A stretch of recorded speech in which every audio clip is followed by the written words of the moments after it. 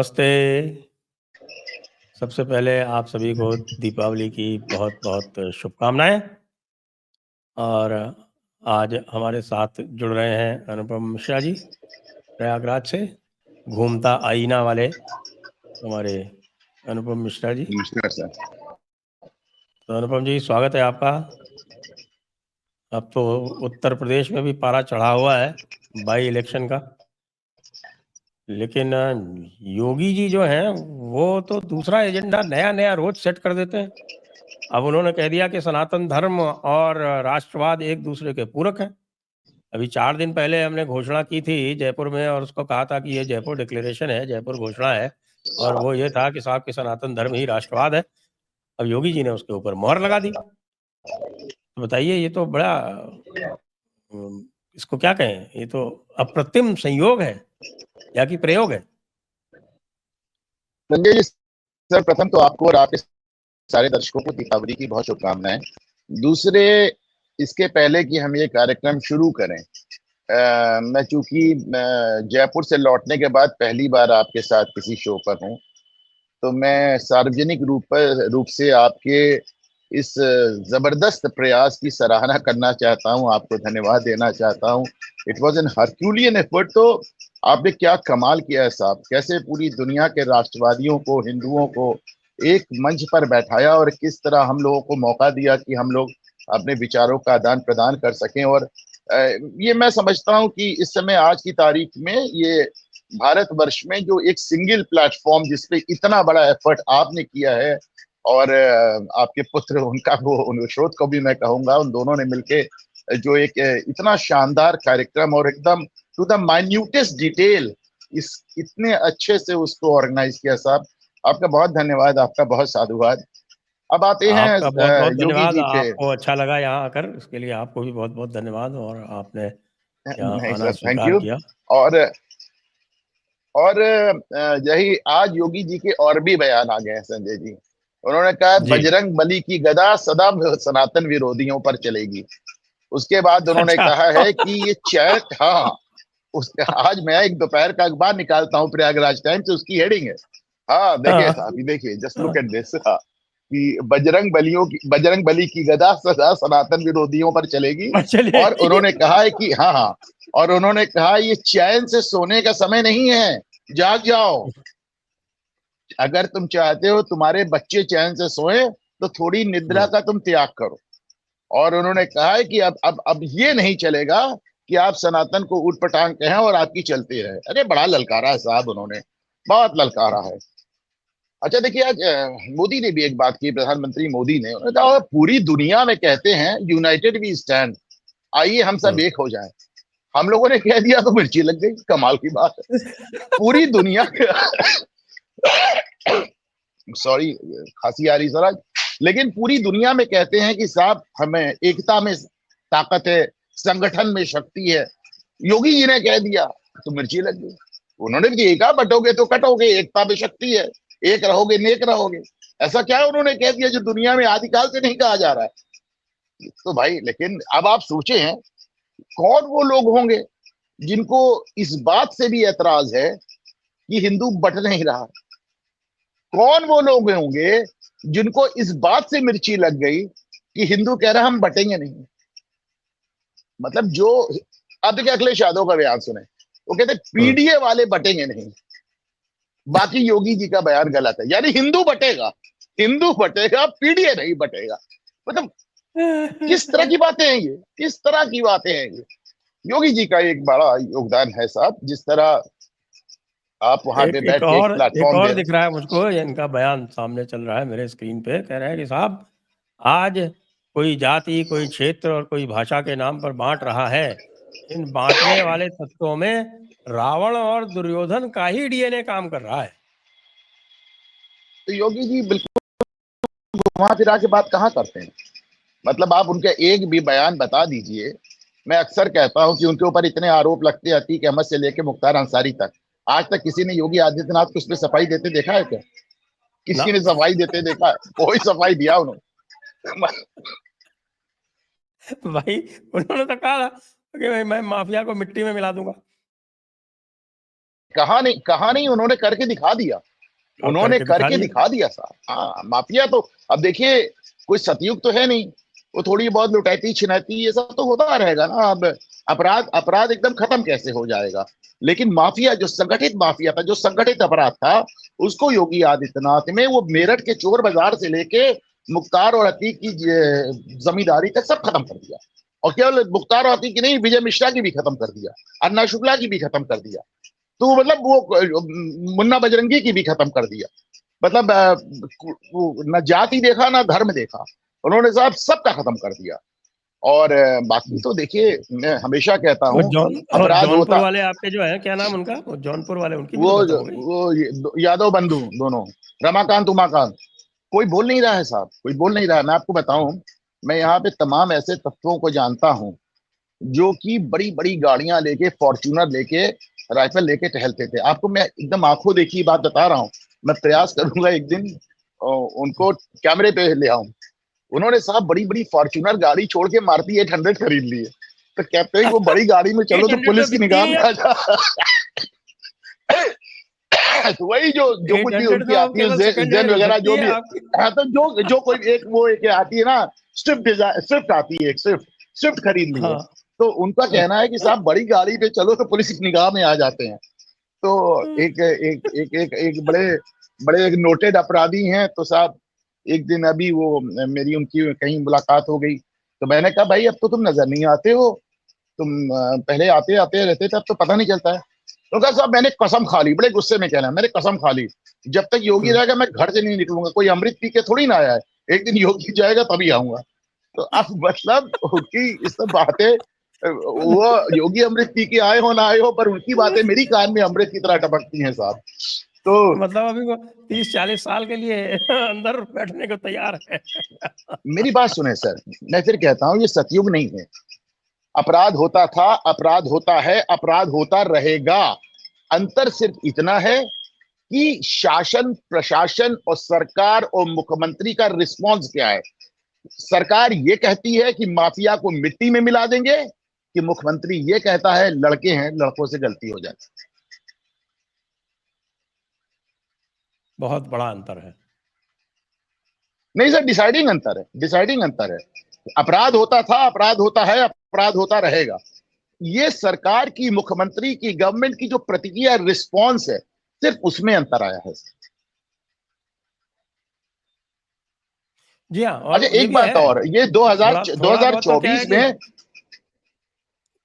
2024 में जो भाजपा को झटका लगा है, उसके बाद कहीं ना कहीं प्रधानमंत्री नरेंद्र मोदी से लेके मोहन भागवत को तक ये बात पता चल गई कि आप अब्बास को बुला लें, आप उन्हें कितना दाना दे लें, आप कितना उनको मिला लें, आप एक हाथ में कुरान दे लें, एक में कंप्यूटर दे लें, आपको जो इच्छा हो करना हो कर लें, वोट नहीं मिलना आपको।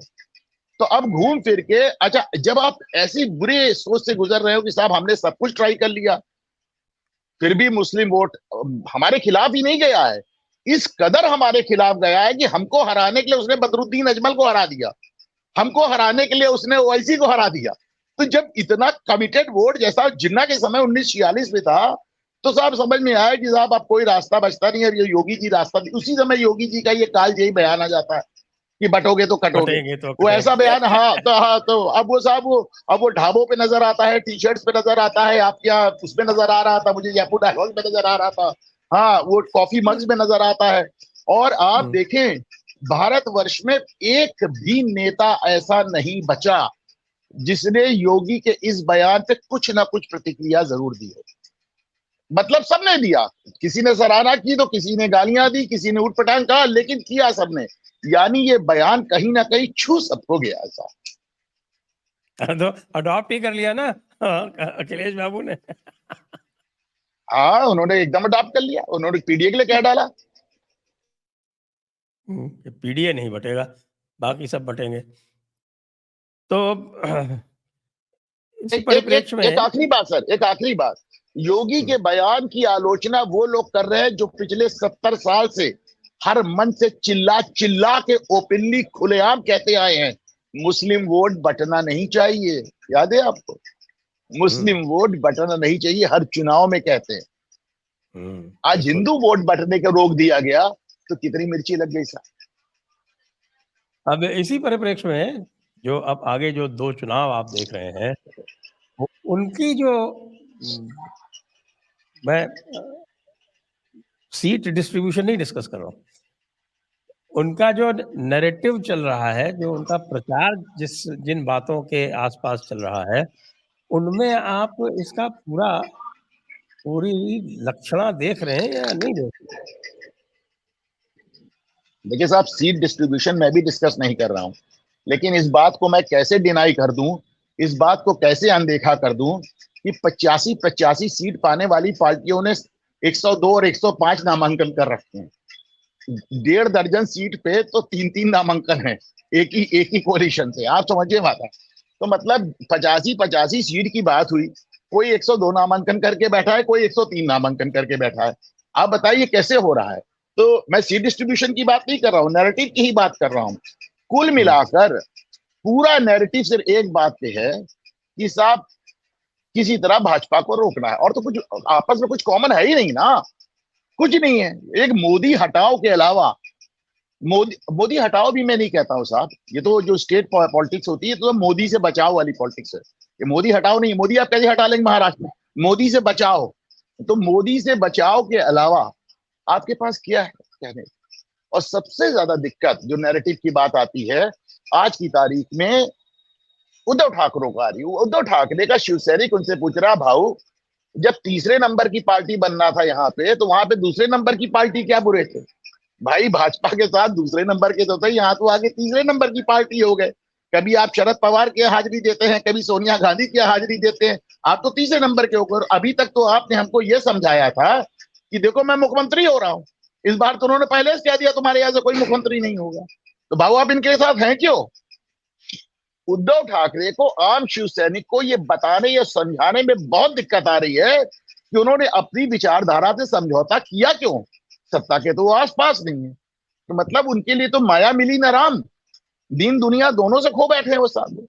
राहुल गांधी अलग नाराज बैठे, उनको लग रहा है कि साहब उनको वहां पे जो वो जेठ की भूमिका मिलनी चाहिए थी वो नहीं मिली, तो नाराज फूफा की भूमिका में आ गए वो।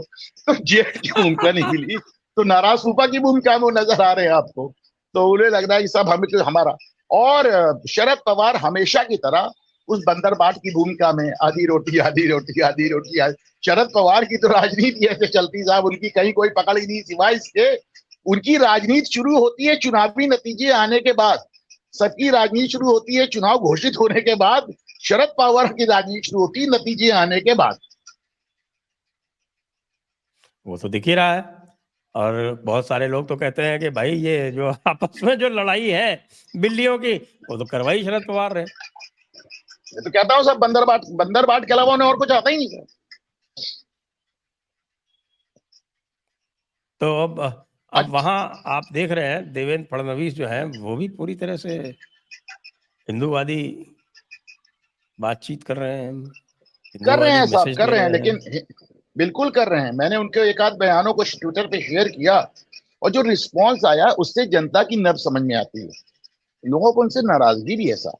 उनका कहना है कि अभी इस तरह की बातें कर रहे हैं, जब सत्ता में तो बड़े भारी सेकुलरवादी हो गए थे, ये भी बड़े हाँ, सेकुलरवादी हो गए।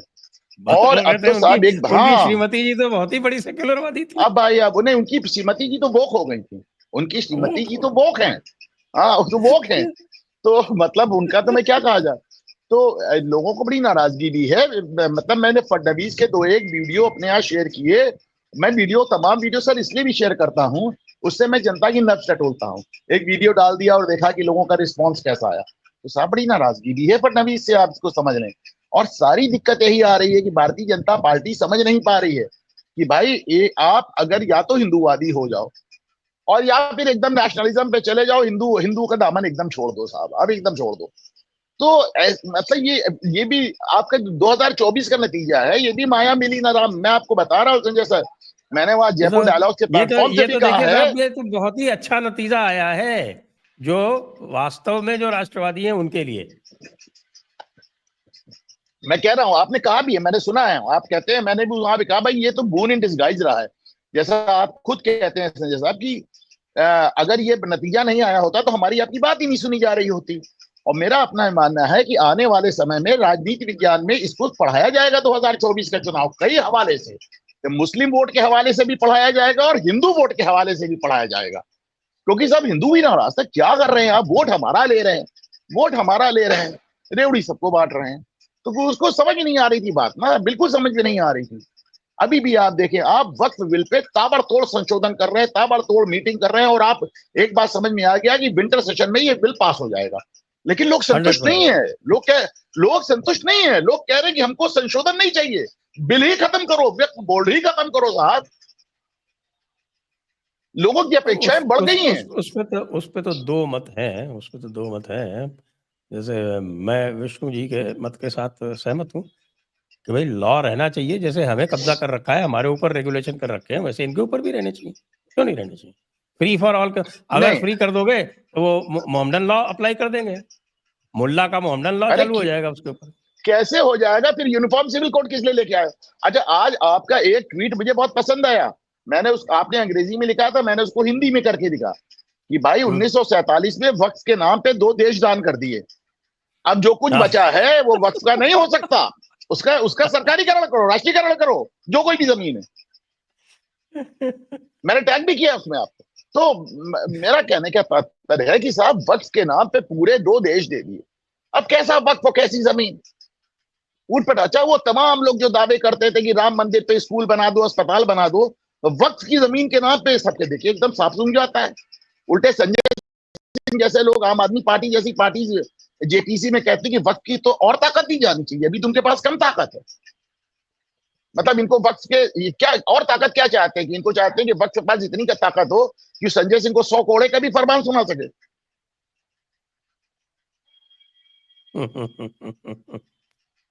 संजय सिंह की छोड़िए, उनको तो पूछ लीजिए हमारे कल्याण बनर्जी जी को, उन्होंने तो अपना हाथ तक घायल कर लिया। वो तो इतना अपना दिखा रहे हैं समर्पण कि अपना हाथ तक घायल करवा लिए। कल्याण बनर्जी कॉमेडियन है, वो कभी आपको ओम बिरला की नकल उतारते नजर आते हैं, कभी उपराष्ट्रपति की नकल ड्रामा करते नजर आते हैं, कभी मंच पे बैठ के अपनी ही पार्टी की महिला कार्यकर्ता के गाल नोचते नजर आते हैं, और अब इन्होंने ये ड्रामा कर डाला। Is a comedian. ये बड़ा दुर्भाग्य है कि साहब यूक्रेन से लेके पंजाब तक और टीएमसी से लेके कहा मतलब आम आदमी पार्टी तक कॉमेडियंस के हाथ में राजनीति आ गई है, विदूषकों के हाथ में।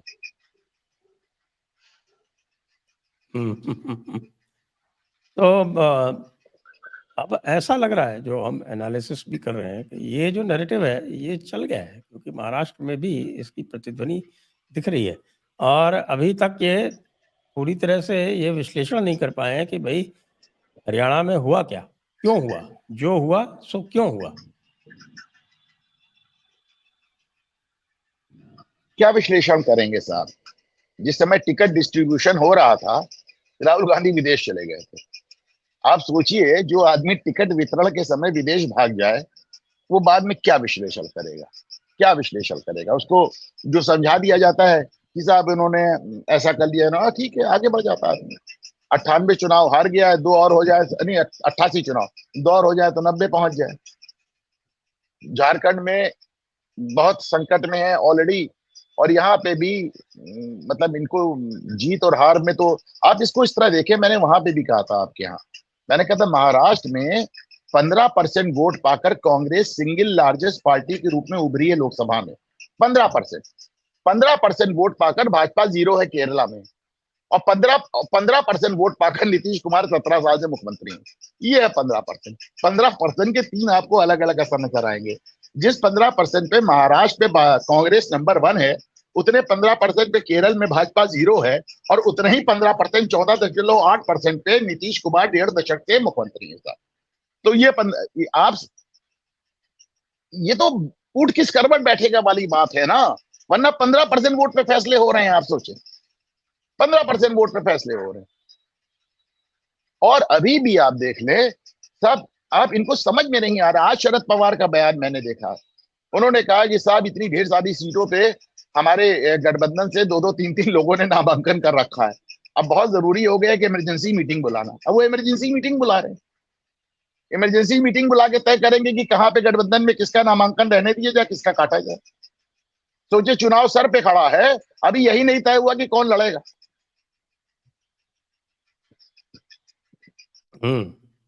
नहीं, इसमें तो और भी तो खास बात है साहब। आप कह रहे हैं कि वो वहाँ चले गए। अब आप ये देखिए कि चले गए या नहीं चले गए, केसी वेणुगोपाल ने चलाई अपनी या नहीं चलाई। उन्होंने अपनी किसी फेवरेट को टिकट दिया और उसके बारे में sir sir sir sir sir sir Congress sir के एक एक एक समर्पित एक मिनट टोक रहा हूं सर, एक मिनट टोक रहा हूं आपको। इसी अशोक वानखेड़े ने 10 साल तक पानी पी पी आपने कर पकड़ लिया। भाजपा को गाली दिया। 10 साल तक पानी पी पी के भाजपा को गाली दिया, कहीं कोई दिक्कत नहीं है। एक बात वेणुगोपाल के खिलाफ कह दी और कांग्रेस ने मुकदमा ठोक दिया, एक बात कह दी।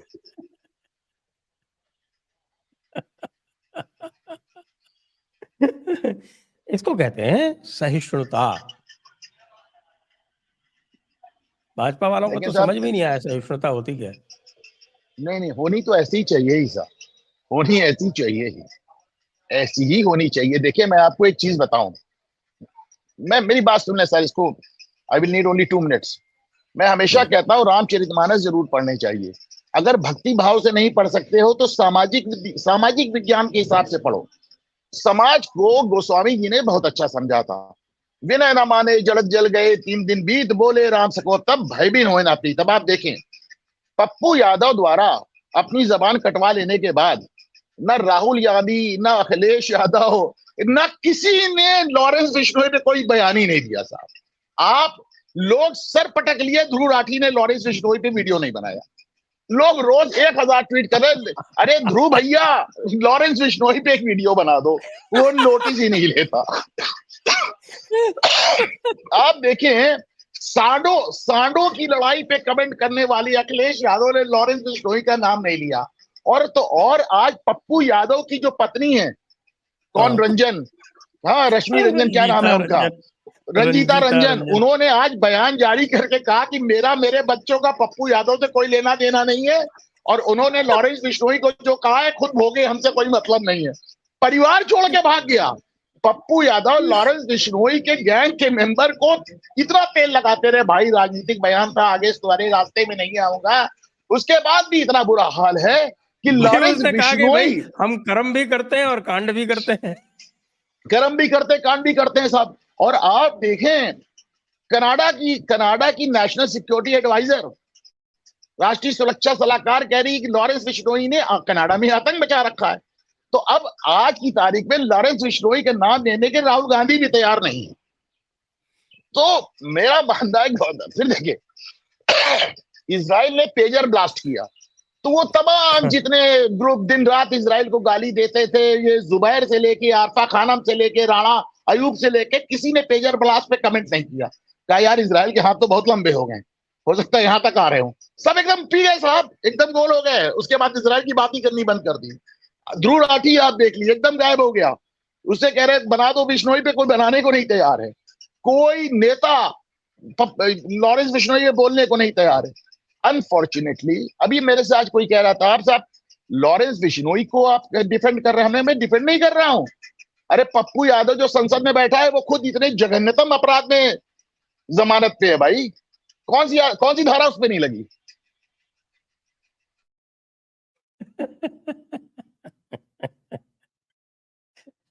अभी देखिए, मुनव्वर फारूकी को जब से हुआ है किस्सा, तब से ये विनोद कापड़ी वापड़ी जितने भी थे, और आपके कामरा जितने कामरा कापड़ी जितने भी थे, सबके सब जो है वो शांत हैं, हिंदू धर्म पर कोई टिप्पणी नहीं कर रहा। और अब इस बार कोई ये भी नहीं बता रहा है कि पढ़ा के मत छुड़ा, सब खामोश है। अभी थोड़े बहुत क्रिश्चियन मिशनरी स्कूल नहीं, वगैरह कुछ वो सब है, और बाकी तो सरकारी कानून ही बना के आपने रखा हुआ है। कोर्ट्स के ऑर्डर है, उसका क्या कहा जाए, सुप्रीम कोर्ट का आदेश है, उसका क्या कहा जाए। लेकिन वो जो ज्ञान देने आते थे, वो अपने सारे ज्ञान को अपने यथोचित स्थान पर रखकर एकदम पूरी तरह गायब है साहब। भयविन होय न प्रीति, भयविन होय न प्रीति, 60 सन विनय कुटिल सन प्रीति, सहज कृपण सुंदर नीति, ममता रत सन ज्ञान कहानी, अति लोभी सन विरति बखानी। बहुत सुंदर। क्रोधिय आपको सम उसके साथ वामी वैसे ही हरि तथा व्यवहार करना पड़ेगा। ऊसर बीज भय फल जथा। एकदम सही साहब, आपको उसके साथ वैसा ही व्यवहार करना पड़ेगा और कोई चारा है नहीं साहब। और हमको, मुझे लगता है तो कि इस बिल्कुल बात आज तो को योगी जी ने भी कह दिया ना, भाजपा से योगी जी ने क्या कहा, जिन मोहि मारा ते मैं मारे। दिन में हमारी काफी अच्छा देखिए, ये प्रसंग किस समय का है, ये माता सीता को बता रहे हनुमान जी कि भाई जिन्होंने मुझे मारा मैंने उनको मारा, मैंने कोई नहीं नहीं अत्याचार नहीं नहीं, किया है। ये नहीं, ये रावण के सामने जब ले जाया गया उनको, तो रावण से कहा कि भाई तुम क्यों मारा था, वो कहा कि जिन मोहि मारा ते मैं मारे। ये उसी समय का, अशोक वाटिका के समय का, जिस समय उन्होंने अशोक वाटिका के भयानक समय के, पूरी जब अशोक सीता जी वाटिका के उजाड़ सामने, दिया उन्होंने, उजाड़ नहीं दी सीता उन्होंने। जी से कहा कि माता मुझे भूख लगी है, मैं थोड़े कुछ फलवल खा लेता हूँ। तो वो फलवल खाने में उन्होंने जो है वो जो वाटिका उजाड़ी, तब पहले आए कुछ, पहले उनका वो छोटा वाला पुत्र आया, तो उसके तो प्राण पखेरु उड़ा दिए उन्होंने। फिर बाद में जब है वो आया आपका मेघनाद, तो उसने जब ब्रह्मास्त्र का संधान किया, तो उन्होंने उसकी मर्यादा रख ली, भैया कि अगर मैं मर्यादा नहीं रखूंगा तो गड़बड़ हो जाएगा। फिर रावण के सामने पेश किया गया, तो रावण के सामने कहा कि पूछ क्यों क्यों किया ऐसा तूने, तो जिन मोहि मारा ते मैं मारे। सर आज की तारीख में आप देखें, जो योगी का प्रशासन है मोरलेस इसी लाइन पे बेस्ड है। अपनी तरफ से वो उन्होंने किसी को प्रताड़ित नहीं किया, किसी को प्रताड़ित नहीं किया, लेकिन जिसने किया उसको बख्शा भी नहीं था। आपको मैं बार बार कहता हूं इस बात को कि तकरीबन 20,000 लोग ऑपरेशन नगड़ा में, इनके एक एक पैर में गोली मारी गई। उन 20,000 में से एक आदमी कोर्ट नहीं गया ये कहने के लिए कि साहब मैं बेकसूर था, मुझे गलत मारा। ऐसा क्यों साहब, ये आतंक है फिर तो। नहीं, आतंक नहीं है साहब। आतंक इसलिए नहीं है कि हर आदमी हिस्ट्री शीटर है, हर आदमी की लंबी लंबी हिस्ट्री शीट है। एक आदमी ऐसा नहीं है जिसको आप बता दें कि पुलिस ने उसकी टांग में गोली मारी और वो हिस्ट्री शीटर नहीं था। सबके पास 4-4, 5-5, 6-6 मुकदमे हैं। ये सब देवत स्कम, मतलब आप इसको ना सड़क पे चलते फिरते गुड्डे लफंगे और राहजन और चोर गिरहकट हत्यारे बलात्कारी, यही सब तो मारे जा रहे हैं। एक आदमी बताया जिसके लिए कहा जा रहा है कि साहब शरीफ आदमी बैंक में नौकरी करता था, पुलिस ने जाके पैर में गोली मार दी। ऐसा कोई हो जाता है, जैसे अभी कोई कस्टोडियल डेथ हो गई तो फिर पूरा सारे के सारे जो है वो उतर भी आते हैं, इक्का नहीं दुक्का देखिए, कोई ऐसा किस्सा हो जाता है तो। कस्टोडियल डेथ को भी बहुत गलत रूप दिया गया। उन्होंने कहा जो वो जो जिसकी डेथ हुई पांडे था, ब्राह्मण था। मैंने पॉइंट आउट हम्म। किया कि जिसके हाथों कस्टोडियल डेथ हुई वो थानेदार चतुर्वेदी था, वो भी ब्राह्मण था। तो आप उसमें गलत जाति एंगल ना लगाएं। लेकिन कस्टोडियल डेथ तो नहीं होनी चाहिए ना, पुलिस थोड़ी नहीं, निरंकुश तो बिल्कुल हो नहीं जाती होनी, है ना, कतई नहीं अरे नहीं नहीं, जब आप उसको इतने थोड़ी अधिकार नहीं दे देते हैं तो। सब। पुलिस ही नहीं, उत्तर प्रदेश में ब्यूरोक्रेसी भी एकदम निरंकुश हो रही है। इसका कारण है, मैं बार बार बताता हूं कि योगी जो हैं वो पॉलिटिकल नहीं है, इसलिए वो अपने पार्टी के लोगों पे, पदाधिकारियों से, मंत्रियों से, विधायकों से, सांसदों से फीडबैक लेते नहीं। आप देखें, योगी ने 2024 की लोकसभा चुनाव के बीच में ये बात कही कि मैंने अपने पार्टी के लोगों से कह दिया कि थाने की दलाली बंद करो। क्या आपको याद आता है किसी मुख्यमंत्री ने आज तक अपने ही लोगों को दलाल कहा चुनाव के बीच? और योगी में बिल्कुल पॉलिटिकल वो है नहीं। लेकिन ये भी समझ लीजिए कि वो तमाम काम जो योगी ने अच्छे किए हैं, अगर योगी पॉलिटिकल होते तो वो कर नहीं पाते। इसको भी समझ लीजिए आप। अगर योगी पॉलिटिकल होते, इसके पहले भी तो भाजपा के उप मुख्यमंत्री हुए हैं उत्तर प्रदेश में, कल्याण सिंह हुए हैं, राजनाथ सिंह हुए हैं, वो गुप्ता जी हुए हैं। लेकिन किसी शख्स ने वो योगी जैसी, कल्याण सिंह जरूर सकती है थोड़े पहले टर्म में पेश है, लेकिन योगी चूंकि पॉलिटिकल नहीं है, इसलिए उन्होंने वो काम कर दिया और उत्तर प्रदेश को उस माफिया से छुटकारा दिला दिया जो कोई पॉलिटिकल आदमी दिला नहीं सकता था। संजय जी, मैं आपको बता रहा हूं। भाई देखिए, दो तरह की बातें हैं इसमें।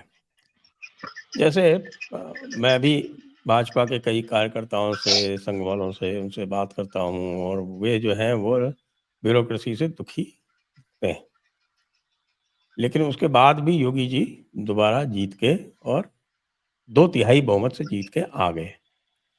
और जो लोग पूरी तरह से अपने काडर को एम्पावर कर देते हैं, उनकी दादागिरी कर लेते हैं, उनके कहने से ही थाने चलते हैं, उनके कहने से ही तो वो तहसीलें समाजवादी चलती पार्टी हैं। हो जाती है, फिर वो समाजवादी वो पार्टी हो जाती है। समाजवादी वो पार्टी सब हो जाती है, वो तो जीतती नहीं, वो तो कभी नहीं जीते दोबारा नहीं। जीत के आए नहीं। नहीं नहीं, देखिए उसमें बीच में एक बैलेंस बनाना पड़ेगा आपको। मुझे याद है कल्याण सिंह एक बहुत अच्छी बात कहा करते थे मुझसे पर्सनली, उन्होंने कहा कि मुझसे कोई विधायक आके कहता है कि साहब मेरे कप्तान को हटा के इनको लगा दो, तो कहते हैं भाई आप मेरे विधायक हैं, आप कह रहे हैं कप्तान को हटा दूंगा, आपके कहने पे हटा दूंगा, पर लगाऊंगा किसको, पोस्ट किसको करूंगा वो मैं अपनी मर्जी से करूंगा, आपके कहने पे नहीं करूंगा। तो एक बैलेंस बनाते थे साहब, वो एक बैलेंस बनाते थे। आज की तारीख में हाँ, मैं भैरव सिंह जी भी यही अक्सर इस करते थे, बातों हमारे को यहाँ भैरव सिंह जी भी भैरव यही सिंह भी यही करते थे, कहते हैं। भैरव हाँ, सिंह। तो आज की तारीख में अक्सर मैं कहता हूं कि भारतीय जनता पार्टी की उत्तर प्रदेश की सरकार में कोई विधायक और कोई मंत्री थाने से मोटरसाइकिल नहीं छुड़ा सकता। लखनऊ में चिन्हट की जिस मृत्यु की कस्टोडियल डेथ की आप बात कर रहे हैं, क्या आपने साहब उसमें नोटिस किया कि पीड़ित व्यक्ति का परिवार गली गली भटका पर अपने स्थानीय विधायक के पास नहीं गया? विधायक अपने आप में बहुत ज्यादा शक्तिहीन महसूस कर रहे हैं। तो ये दिक्कत है इसमें भी। दो एक अच्छा एक चीज और बताऊं, 2024 में जब चुनावी नतीजे आए उसके बाद योगी ने बहुत ज्यादा सेल्फ करेक्शन भी किया। अब विधायकों की वो सुनने की प्रयास कर रहे हैं, अब वो विधायकों को कॉन्फिडेंस में लेने का प्रयास कर रहे हैं। अब वो कोशिश कर रहे हैं कि पहले 6-7 साल जो मैंने पार्टी की नहीं सुनी, विधायकों की नहीं सुनी, तो अब वो अपनी गलती करेक्ट भी कर रहे हैं। अब वो एक बैलेंस बनाने की कोशिश भी कर रहे हैं। आपको ये भी समझना होगा कि जब योगी मुख्यमंत्री बने थे तो आधे से ज्यादा विधायकों को तो नाम तक नहीं जानते थे। वो भाजपा के थे कहाँ, कहने को तो भाजपा में थे।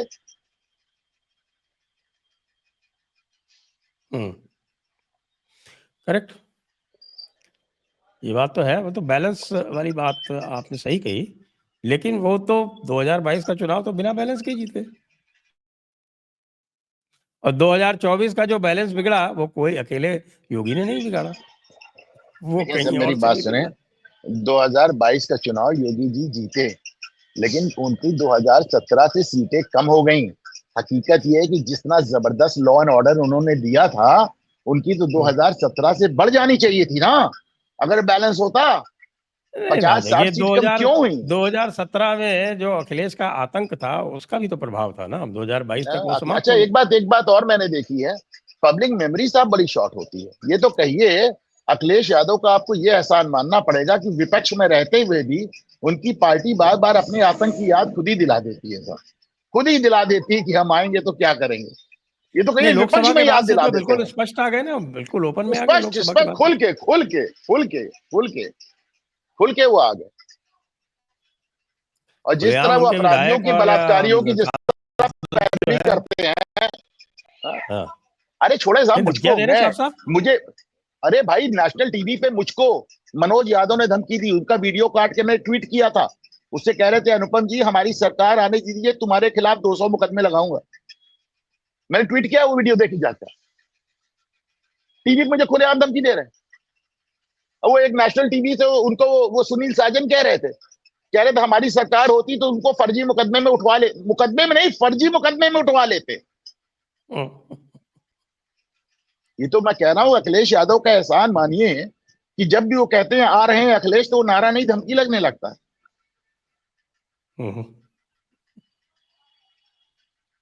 अच्छा, ये थोड़ी सी बात झारखंड की कर लेते हैं। झारखंड में क्या लग रहा है, एक तरफा मामला? एक तरफा मामला देखिए, जब जब भी एक तरफा मामले की बात सोची जाती है तो कोई छत्तीसगढ़ और कोई हरियाणा हो जाता है। तो एक तरफा मामले की बात तो ना ही की जाए तो बेहतर है। लेकिन इसमें दो राय नहीं है कि झारखंड में हालात महाराष्ट्र के मुकाबले कहीं ज्यादा बेहतर हैं। दूसरी बात, सोरेन, अच्छा सोरेन इस बात को समझ रहे हैं सर, हेमंत सोरेन इस बात को समझ रहे हैं। आप देखिए वो बड़े जोर शोर से आदिवासियों को हिंदू धर्म से ही अलग करने की कोशिश कर रहे हैं। वो चिट्ठी लिख रहे हैं कि हमारा सरना धर्म अलग कर दो, हम हिंदू नहीं हैं। आप देख रहे हैं कि किस तरह वो मुस्लिम वोट को लेकर जिस तरह की पैरवी कर रहे हैं। एक लेकिन कांग्रेस का रोल वहां पे मुझे बहुत अजीबोगरीब नजर आता है सर। तो कांग्रेस के बारे में संजय सर आपका क्या सोचना है? कश्मीर में वो बाहर रह के सरकार को सपोर्ट दे रही है, उत्तर प्रदेश में वो बाहर रह के चुनाव में चुनाव ही नहीं लड़ रही है, चुनाव के बाहर रह के सपोर्ट दे रही है। वहां सरकार के बाहर रह के सपोर्ट दे रही है, यहाँ चुनाव के बाहर रह के सपोर्ट दे रही है। महाराष्ट्र में नाराज फूफा बनी हुई है और झारखंड में सोरेन के सामने सरेंडर की मुद्रा में पड़ी हुई है। तो मतलब बहुत ही इन्होंने तो अपनी जितनी बेचारगी कर ली है। अब क्या करें, गरीब की जोरू सबकी भाभी हो जाती है। ओके, अच्छी बात है, ये तो अच्छी बात है राहुल गांधी के लिए। तो राहुल भाभी आप बना रहे हैं तो बढ़िया बात है, और ठीक है। अब इसको मैं कुछ और भी कहता, पर चलिए जा रहे दीजिए इसमें। तो अब वो अच्छा, लेकिन दिक्कत कहाँ आ रही? दिक्कत यही आ रही ना, राहुल गांधी चाहते हैं कि बंगाल में ममता भाजपा से लड़ने, बिहार में लालू लड़ने, उत्तर प्रदेश में अखिलेश लड़ने, झारखंड में सोरेन लड़ने, कश्मीर में अब्दुल्ला लड़ने, दिल्ली में केजरीवाल लड़ने, उसमें केरल में वामपंथी पार्टियां लड़ने, महाराष्ट्र में शरद पवार लड़ने, और प्रधानमंत्री राहुल गांधी को बना दें। तो यही दिक्कत आ रही ना कि सब जगह कोई और लड़ ले और पीएम राहुल गांधी हो जाए। तो बड़ी इसमें एक दिक्कत। एक चीज और भी मैं देख रहा हूं कि पूरी पार्टी का फोकस ना भाजपा से लड़ने में है, ना पार्टी का कैडर। आप देखें तमाम जगह पे इनके साथ इनके पदाधिकारी नहीं अपॉइंटेड हैं। डिस्ट्रिक्ट कमेटीज अभी तक उसमें कोई कोई चयन नहीं हुआ, कोई चुनाव नहीं हुआ, डिस्ट्रिक्ट कमेटीज नहीं बनी हुई हैं। पूरी पार्टी का फोकस सिर्फ और सिर्फ एक जगह है साहब, बहुत ध्यान से कह रहा हूं, सुन ले साहब। टॉप टू बॉटम पूरी पार्टी सिर्फ एक काम में लगी कि किस तरह राहुल गांधी की छवि बढ़िया बना दी जाए, किस तरह राहुल गांधी को मोदी के सामने एक एक एक इमेज उनकी खड़ी कर दी जाए। आप मुझे बता दें, कांग्रेस पार्टी का कोई और दूसरा काम आपको नजर आता है? बाकी जो उनके मुख्यमंत्री है सब इतने एकदम इतने इतने साहब खुद मुख्तार है, इतने खुद मुख्तार हैं। जब राहुल गांधी ने पहली बार अडानी को गाली दी तो अशोक गहलोत ने उनको चीफ गेस्ट बना के बुला लिया। जब दूसरी बार गाली दी तो अब देखिए वो रेवंत रेड्डी उनको उनके साथ फोटो खिंचाते हैं। तो मतलब आप सब खुद और मुख्तार हैं, दूसरी कोई बात, राहुल गांधी को सुनने को तैयार नहीं। ये गाली भी कैसे दे रहे हैं? गाली भी अब जो लेटेस्ट गाली दी है भैया, मेरे ख्याल से परसों दी है, लेटेस्ट गाली ये दी है कि साहब की अडानी जो है वो डिफेंस में आ रहा है। मतलब उनको इतना कष्ट है कि अडानी डिफेंस में आएगा तो इंपोर्ट्स कम हो जाएंगे। ये नहीं सोचा उन्होंने कि इसका इम्प्लीकेशन क्या आ रहा है। बस उनको बस पता नहीं क्या अडानी से क्या है, अडानी क्यों नहीं नहीं दे बता रहा हूँ देता क्या थोड़ा है सर, बहुत, मैं बता रहा हूँ, बाबा मैं बता चिल्ला रहा हूँ क्यों नहीं दे साहब, देता, चुप हो जाए ये। मैं बता रहा हूँ, मैं बार बार बता रहा हूँ, लोग ध्यान नहीं दे रहे हैं। इजराइल से लेके अफ्रीका तक चीनी कंपनियों को जो कुछ प्रतिद्वंदिता मिल रही है वो अडानी ग्रुप से मिल रही है। इजराइल से लेके अफ्रीका तक चीनी कंपनीज को जो कुछ प्रतिद्वंदिता मिल रही है, जो कुछ कंपटीशन मिल रहा है, वो अडानी ग्रुप से मिल रहा है। इनका एमओयू जो ये नहीं खोल रहे हैं उसको खोल के देख लिया जाए। उसमें पहला क्लॉज यही होगा कि आप इंडिया में रह के अडानी को चेक करेंगे। लेकिन भाई अभी तो मेरे को तो ये समाचार मिला लेटेस्ट, जो मैंने चर्चा भी की चैनल पे, ये साहब की चाइना ने पहली शर्त यही रखी कि भाई हमारे आपके बीच में जो भी चर्चा होगी वो राहुल गांधी तक नहीं पहुंचनी चाहिए, इसीलिए उनको फॉरेन कमेटी से हटाया गया।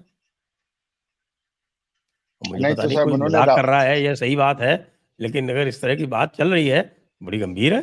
कि चीन ने धोखा दे पर दिया साहब इनको एक्ट करने के बाद। नहीं नहीं, चीन की तो राहुल पुरानी हिस्ट्री है राहुल धोखा देने की। राहुल गांधी ने तो चीन के साथ भी यही पैक्ट किया था ना, हमारे तुम्हारे बीच में जो बात होगी बाकी देश तक नहीं पहुंचेगी, पहुंची भी नहीं आज। उन्होंने तो कांग्रेस से भी यही समझौता किया था चाइना ने, कि हमारे चाइना मैं में और सोनिया मैं गांधी में जो उसी की तो बात समझौता कर रहा होगा हूँ। वो भारत तक नहीं पहुंचेगा।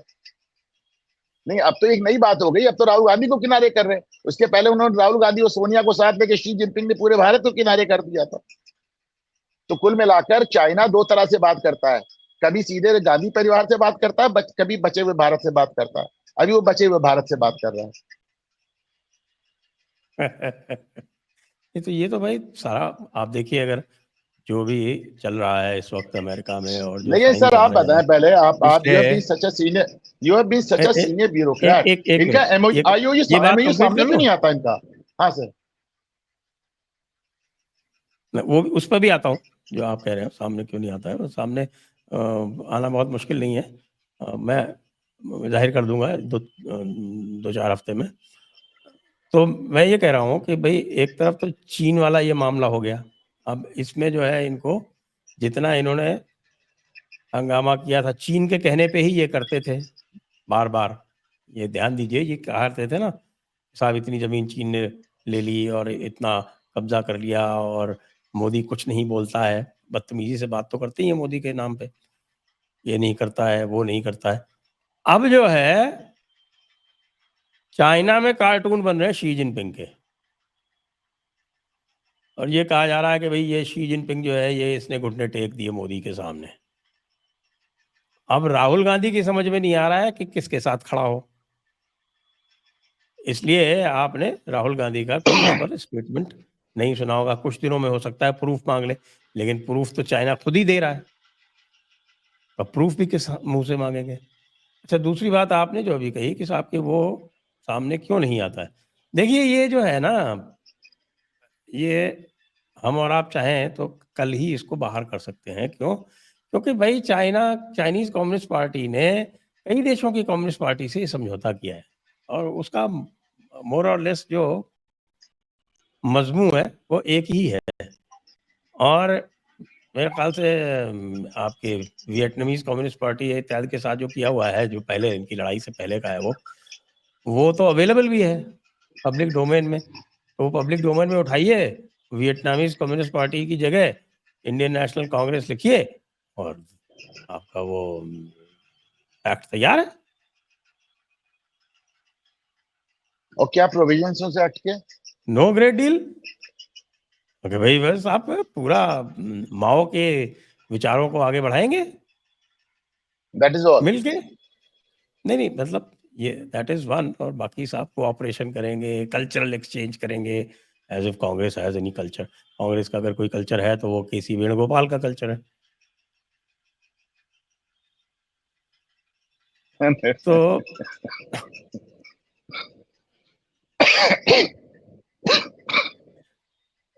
इस तरह की मोटी मोटी बातें होती हैं उसमें। तो लेकिन हाँ, जो सब टेक्स्ट होता है वो कुछ और होता है, जो आपने देखा कि किस तरह से इन्होंने हमारे खुद के जो कैपेसिटीज थी, इंडस्ट्रियल कैपेसिटीज, उनको डिमिनिश करके चाइनीज एक्सपोर्ट्स को बढ़ावा दिया, ये सब किया। और जो उस पीरियड में जो सप्लाई चेन्स बन गई, उनसे बाहर निकलना कितना मुश्किल हो रहा है आज की डेट में, ये सब तो है ना, स्पष्ट है सबके सामने। लेकिन सर, जैसे अभी आपने कहा कि शी जिनपिंग अब खुद अंडर अटैक है चाइना में, it's a very rare thing. China में मतलब चाइनीज प्रेसिडेंट अंडर अटैक आ जाए बहुत मुश्किल बात है। मैं देख रहा हूँ साहब, वीडियोस लोगों ने बना के डाले हैं जहाँ पे वो चाइनीज आर्मी विड्रॉ कर रही है। आप देखें, जस्ट लुक एट दिस। हाँ, ये तो उसने जेनिफर जेंग ने डाला है ना। हाँ, उसने डाला ही नहीं है, उसने जेनिफर जेंग ने ये भी कहा है कि तमाशा बना दिया है, पीछे राष्ट्रवादी सॉन्ग बना रहे हैं, और हकीकत ये कि चाइना बुरी तरह विड्रॉ कर रहा है। तो ऐसी हालत में शी जिनपिंग क्या इस समझौते पे स्टिक कर पाएंगे? वो देखिए, उनको तो पता ही रहा होगा ना कि क्या होगा, लेकिन सिचुएशन ऐसी बन गई है कि उन्होंने घुटने टेके हैं। टेके। Advantage Modi, advantage India. You mean Xi Jinping इतने विरोध के लिए तैयार होंगे? हाँ, 100%। उनको खुद से अंदर से इतना मिल रहा है चैलेंज। उनकी इकोनॉमी डाउन है, उनको प्रायोरिटाइज करना है, वो 4 फ्रंट एक साथ नहीं खोल सकते, तो उनको प्रायोरिटाइज करना है कि कौन सा फ्रंट कर पाएंगे।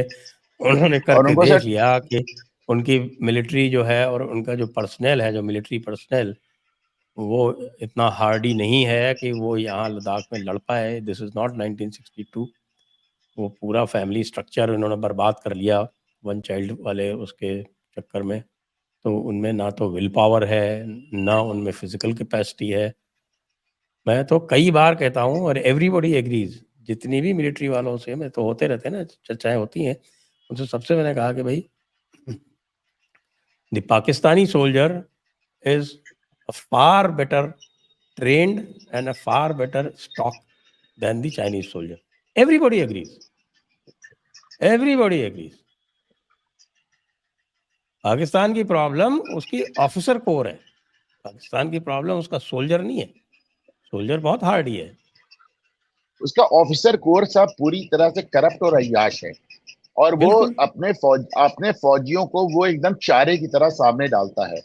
और वो खुद फरार रहता है। ये तो हमने साहब ए खान नियाजी से लेके याहिया खान से लेके अयूब खान तक देखा है, उसमें कोई नई बात नहीं है। वो सब पंजाबी जनरल्स हैं, सब इसको आर्मी को खुद ही चबा जा रहे हैं, वो अब बात अलग है। लेकिन चाइना को मुझे लगता है वो कहीं ना कहीं अपने आप को डोनाल्ड ट्रंप की प्रेसिडेंसी के लिए भी तैयार कर रहे हैं। That is another possibility. वो जो मैं आपको कह रहा था ना, राहुल गांधी के सामने जो दूसरी प्रॉब्लम है वो ये है कि अब बाई ऑल इंडिकेशंस ये दिख रहा है कि भाई ट्रंप प्रेसिडेंसी इज लूमिंग।